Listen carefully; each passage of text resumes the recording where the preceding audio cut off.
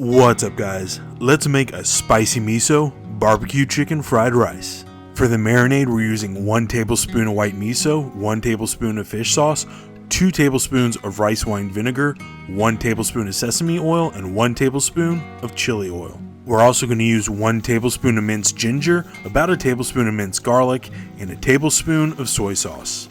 Normally, I'd use boneless, skinless chicken thighs for this recipe, but these whole thighs were on sale for 99 cents a pound, so well worth the few minutes it takes to debone them.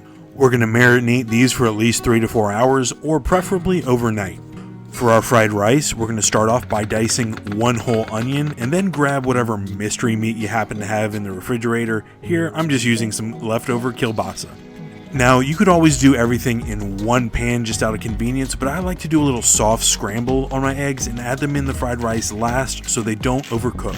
This dish really capitalizes on building all the flavors in one pan and making sure none of our components go to waste, even the additional marinade. We're going to brown off our kielbasa, remove it from the pan, add our chicken, and once it's a little bit browned, we're going to add in about a half cup of white wine. You could always use stock or water, and then cover it and cook for about 3 minutes.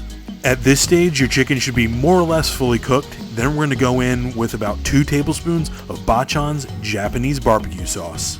After our chicken thighs are nice and glazed, we're going to remove them from the pan, add in whatever extra marinade is left in the bowl, and then go in with our diced onions. Make sure to saute the onions until they've expelled all of their water. Then we're going to go in with 3 cups of white rice, and that's 3 cups dry weight before cooking. We want to make sure that we break up all the clumps of rice here to make sure each grain gets nice and coated in our sauce. This is entirely optional, but I always like seasoning my fried rice with some furikake, and at this point the fried rice is finished. We just need to fold in our egg and our kielbasa. This is one of my favorite midweek meals of all time. It's full of umami, very savory, slightly sweet, and it packs a ton of super satiating protein. And most importantly, this will feed 3 grown adults generously for less than $3 per portion.